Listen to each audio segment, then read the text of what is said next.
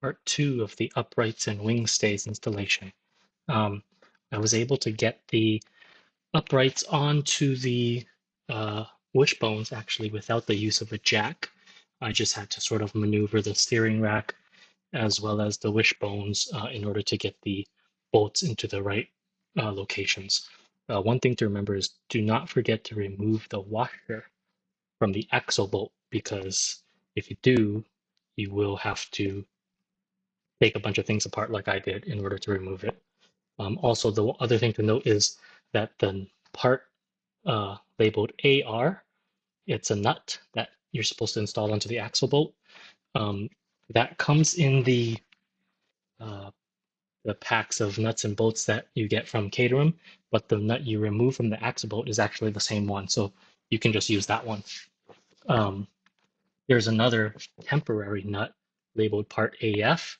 You will want to use that in order to pull the top ball joint from the top wishbone into the upright before you use the real nut, because if you don't pull it down, the threads will just spin and the actual real nut won't ever engage.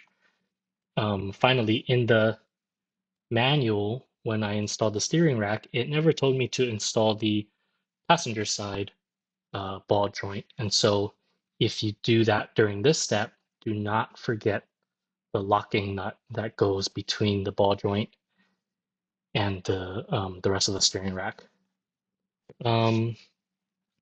I decided not to drill the holes in the wing stays in this step because I saw another blog that suggested doing the drilling after the wheels are on, because you could put a wheel chock in to stabilize the wing stay between the wheel and the wing stay and have it on the ground and just have a lot more stable um, drilling setup. So I'll do that then.